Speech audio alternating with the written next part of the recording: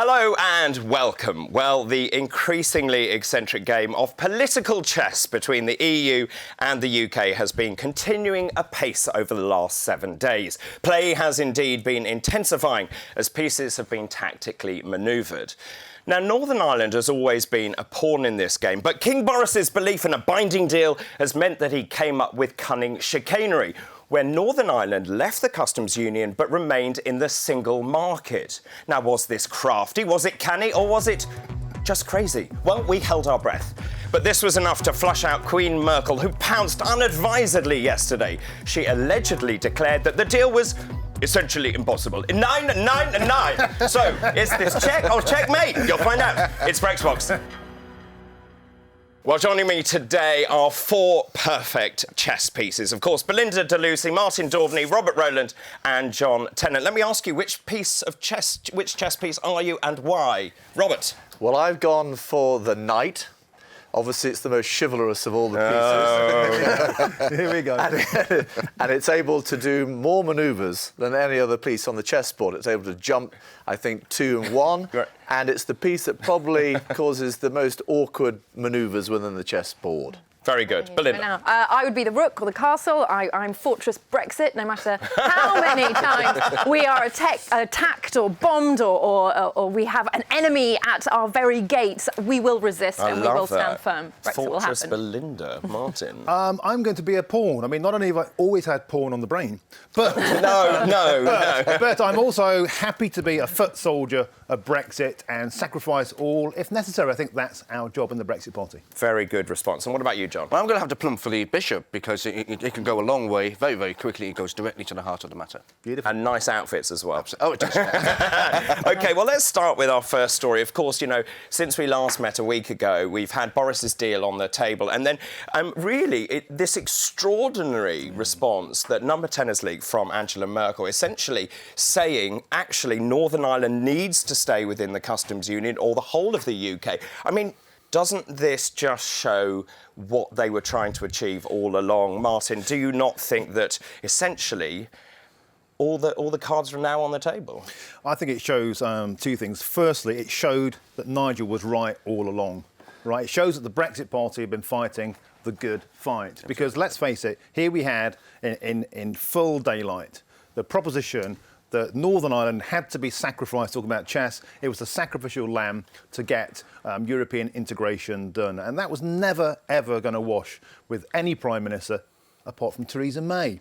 Now, doesn't it also tell us, Belinda, you were saying before we came on, that this proves that she was prepared to sail Britain down the river? Yeah, you have a pretty dim view of Theresa May. Well, I just think it's very revealing now. She knew all along. So when she stood up in Parliament saying this deal takes control back of our money, our law and our borders, she clearly knew that the Prince said otherwise. She clearly knew this was a trap to keep us in the customs union so we could never compete against the EU and essentially be a holding room for Remainers to U-turn us quickly back into the EU as soon as possible. I mean, when I saw this yesterday, I was gobsmacked. And I know, Robert, you've never been shy of being forthright on this matter. I just couldn't believe what I was reading. It really was the Emperor's new clothes. We could see really what was going on underneath the machine. Exactly. And I think that it gets to the heart of this whole problem is that it sorted out the technicalities of the Northern Irish border.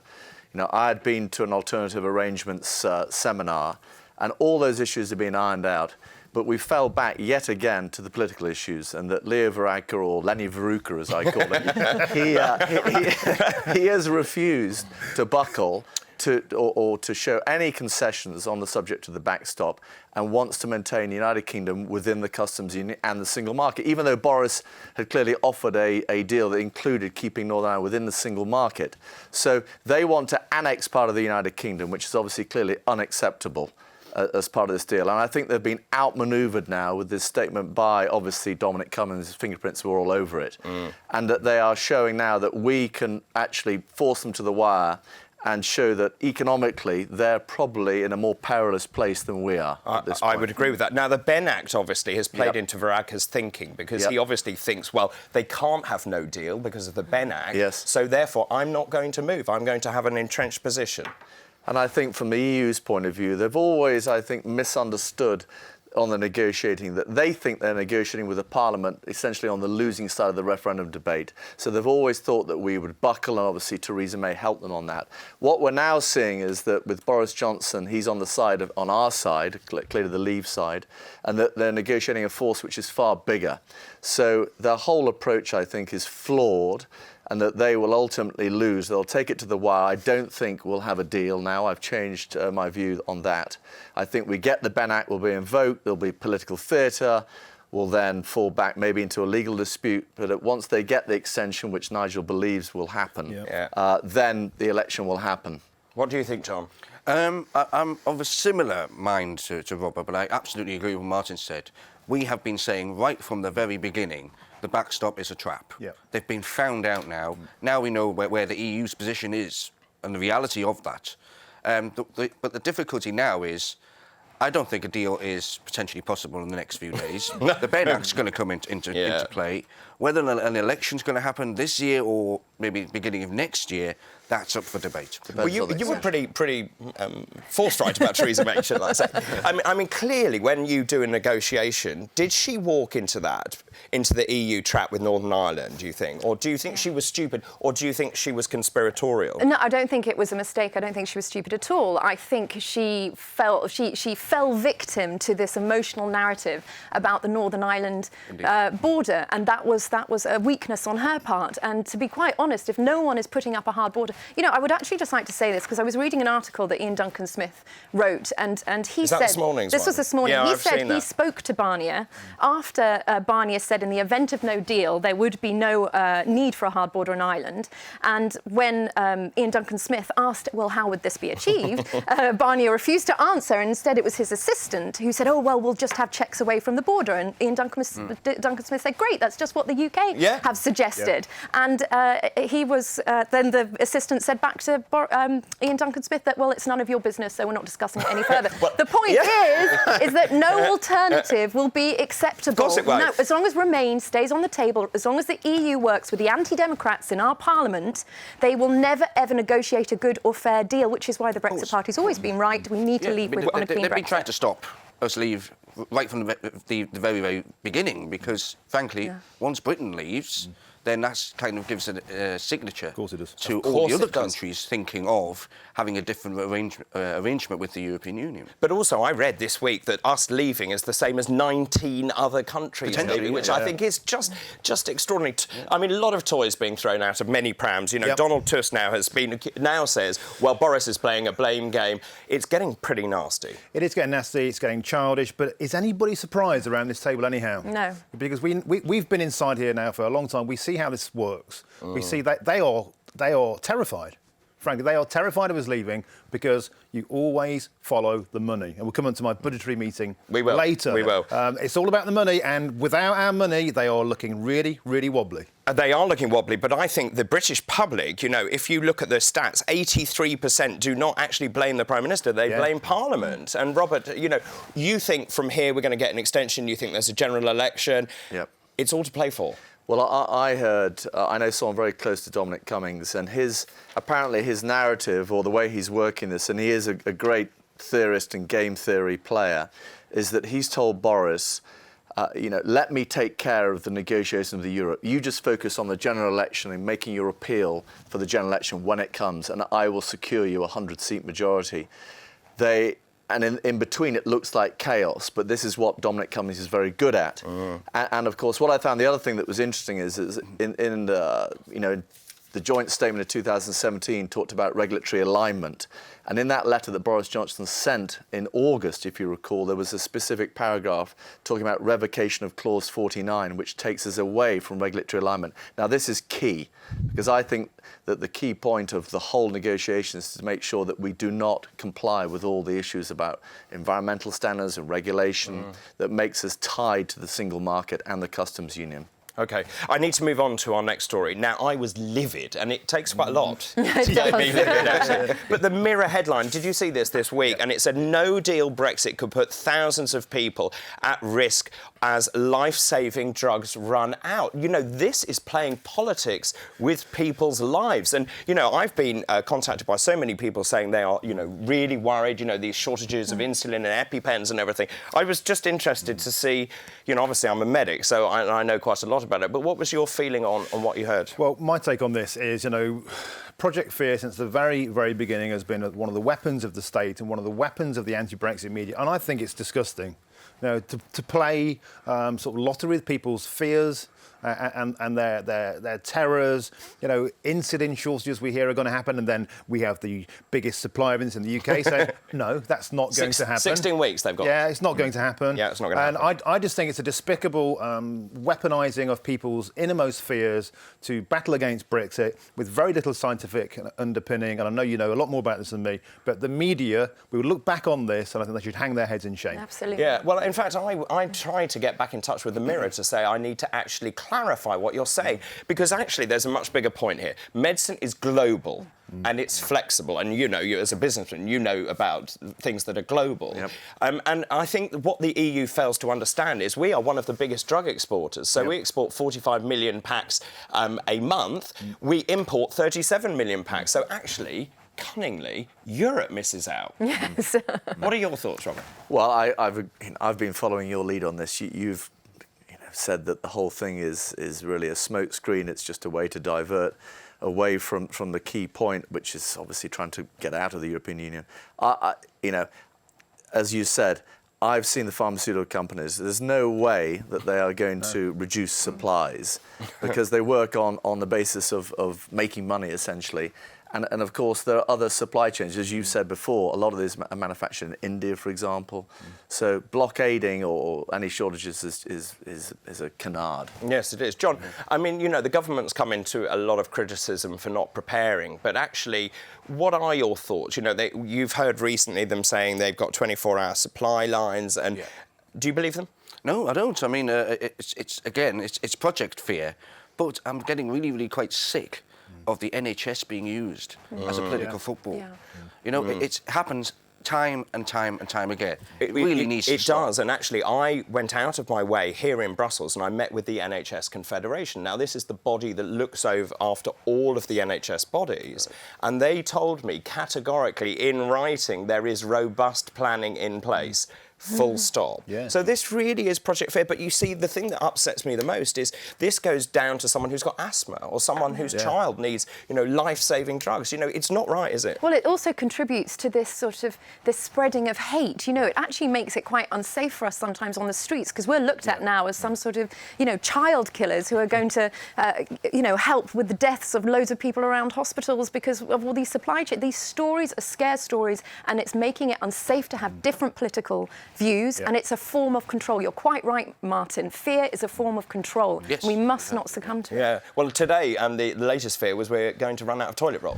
Yeah. Well, there'll be a lot of tears to mop up, won't there? Exactly. How are toilet rolls suddenly in short supply? There are no depths they won't sink to protect the interests of the establishment, full stop, and we need to keep battling against One thing that. I thought I might just point out is there are shortages of medicines currently, HRT particularly, and that's actually nothing to do with Brexit. And one of the things I keep saying to people is, we haven't left. You know, so it's not Brexit, is it? And it's also fairly commonplace for drug companies themselves to create shortages. Of course it is. So the price goes up and then suddenly it comes back onto the market. This is the natural ebb and flow of the pharma industry being politicised by the media. Must stop. What that government has done, which is right, is they've banned parallel importing now, which is where the wholesalers basically buy in drugs and they've sat on them and they've waited till the prices go up and then they sell them to other countries. It's a terrible thing it's to awful. do. Yeah, of course it's a terrible thing to do, but the government should have taken a much stronger hand on this much earlier. But there again, it goes back to your point. Theresa May really didn't want us to leave. Well, I think that the EU have also been negotiating bad faith right from the beginning. Exactly. We've got quotes from Merkel, we've got quotes from also, in fact, I've got a quote here from Angela Merkel, who said, I think rightly we have placed value on Britain not being able to decide unilaterally when it ends the customs union, but rather that Britain, together with the EU, defines this date and afterwards a future relationship. They from the beginning, they know that this is a trap and they will never, ever let us out. And I just think the tactics from health to the border and Ireland have been shameful. Just to finish this topic, I mean, I said to Eamon Holmes when I was doing doing a talk radio interview this week, I said, you know, I've known you a long time, and actually, as a medic, I can't say something that I believe will actually endanger people's lives. And that's the end of it. Yeah. Right, we'll move on. Martin, you've been in a budget committee court of auditors. Yeah, I just want to get across to the BrexBox viewers back home the work we do out here. Everybody in this room has been to these meetings to shine a light on the true inner machinations of the European Union, and more to the point, where they spend our money and where it's wasted. Yesterday was a magnificent example. A 340-page report came out. It was the European Court of Auditors report. So it's where they audit their own budget for the entire year of 2018. And guess what? They audit it themselves. Yay! So first of all, the commissioners audit it. There's a very impressive German commissioner who was being very Germanic. Right. And then MEPs also do it. It's not independently audited at all, which surely would say, well, hang on a minute, isn't that room for corruption or at least wastage? God the answer, forbid. of course, is yes. We found out 4 billion euros has been lost down the back of the sofa. No. And they said, well, hang on a minute, that's only 2.6%. It was 2.4% wastage the year before, so they're becoming more wasteful. They don't know where it's gone. And here's the thing. 885 million euros goes from the EU to their version of overseas aid. And the moment it goes to countries outside of the EU has no power to audit national accounts. It's literally money that leaks out like a sieve. And when we delved even further, we found out something truly horrific. 80.5 billion euros of pension liabilities for the EU for 2018. This is the gravy train. Every single MP... Yeah, how much for the pension? What was it? It was staggering, wasn't it? 80.5 billion euros. 1/3 of the entire EU budget for future pension for MEPs, staff and also healthcare benefits. Now, Michael Heaver, my Brexit brother, gave a great speech on this yesterday, and we were not only the only two Brexiteers in the room, we were the only 2 British MEPs in the room. There were no Conservatives, no Labour, no Lib Dems. They're always desperate to cry about us, wasting money. When billions of euros are being wasted, they were nowhere to be seen. We were there fighting for Brexit, fighting for the Brexit Party, and it's why we're here. Fantastic. Thank you very much. John Tennant, you've been doing commissioner hearing on new digital tax. I saw your speech. Yes, well, she's the new Danish commissioner. She's not exactly new. She's been a commissioner before. But one particular element in there, every commissioner receives a mission letter. And what that is that it's their agenda that they have to act over the 5-year term that they have. And in hers particular, she was looking at a new European digital tax.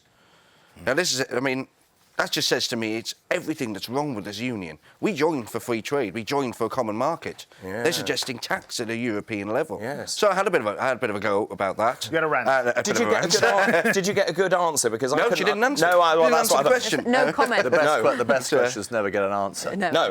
But also, I don't think people understand how little time we have. Of course. Yeah. I mean, the ultimate point about this is that implementation of a tax without a mandate is taxation without representation. Absolutely. Look what happened, if she fought an election late 18th campaign century. on that mandate, then she might have a chance to say that. But these ideas are coming from unelected people. Belinda, this is not right. It just makes my blood boil, the injustice that has been inflicted upon the British people over the entire 3 years. We just voted. We thought it would be respected, and we've had this constant resistance to implementing a democratic vote that now we're in a constitutional crisis. Now we're all pitting against each other. The European Union could have just said, we respect democracy, let's leave as friends. But instead, they sided with the anti-democrats, right, for suiting their nature very well, and we're in this position now. There are 2 things. One, I want to find that sofa with all that cash down the back of it. But secondly, on the way here, actually, you're right about divisions. There are people chanting "Stop Brexit" outside. I can hardly get into this studio. You know what's really sad, David, is Brexit was not a rejection of Europe or our wonderful European friends ever.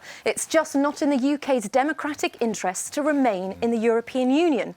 And it's not. We treasure our democracy in our country. It's not good enough. That there's a big difference between Europe and the EU. Yes, exactly. Massive. We must remind each other. Of course, but it's a trick. They want to conflate any criticism of the EU as if it is a xenophobic reaction against Europeans. It's how they censor and control Eurosceptics, and it's a shameful tactic. There seem to be a lot of tricks being employed at the moment. Robert, Eurozone economy, I know it's something very close to your heart. Always special. I'm on the Econ Committee, and I've also done a lot of work on this mysterious bank based in Luxembourg called the EIB, the European Investment Bank. It acts essentially as the lending arm of the Eurozone. We have done what I think is quite proprietary work on this bank and uncovered some real nasties that were in the withdrawal agreement, namely that having put 3.5 billion euros into this thing in 1973, we're only getting back that 3.5 billion in the withdrawal agreement over 12 years. Now, we are leaving 7.5 billion behind. The EU have, in their negotiating stance, would not let us keep that 7.5 billion. In addition to that, it gets even worse that we are liable for any potential, if you like, financial crisis events to prop up the balance sheet of this institution to the tune of 37 billion euros.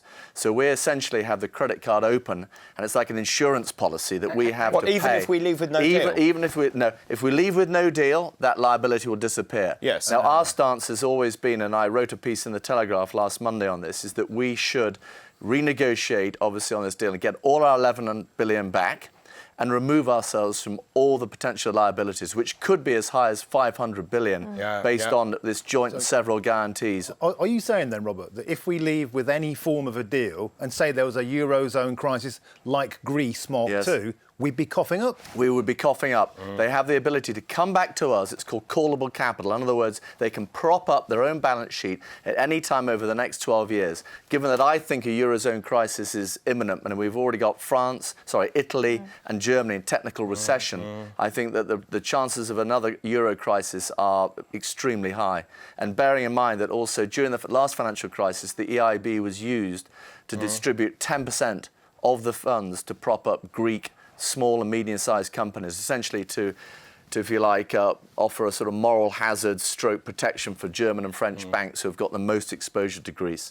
So it's a very worrying sort of liability that's still within the deal. And back to your point, we are here to find the injustices that exist, and they exist both on a democratic deficit basis, but they also exist within the financial structures of the EU, and we can't be any part of these hidden liabilities. Quite right, and well said. What you're saying, And so what you're saying is effectively no deal is the best outcome for us. It's the best outcome. It is the best outcome, in my opinion, simply because we will avoid ourselves of any future potential liabilities. I have to draw it to a close there. Now, also, just to finish, I know we've all had quite a lot of trolling. We've had some difficulties, haven't we? Do you know, last night I found out I've got a fake parody Twitter account. Which either means... Well, that either You've means arrived. That, well, I've arrived. It either means that I'm very, very famous or very, very annoying. Or both. Yeah, or both. Thank you very much indeed. Well, sadly, that is all we have time for this week. One last thought. They say politics is like chess. It's a fairy tale of 1,001 blunders. Is that all? See you soon.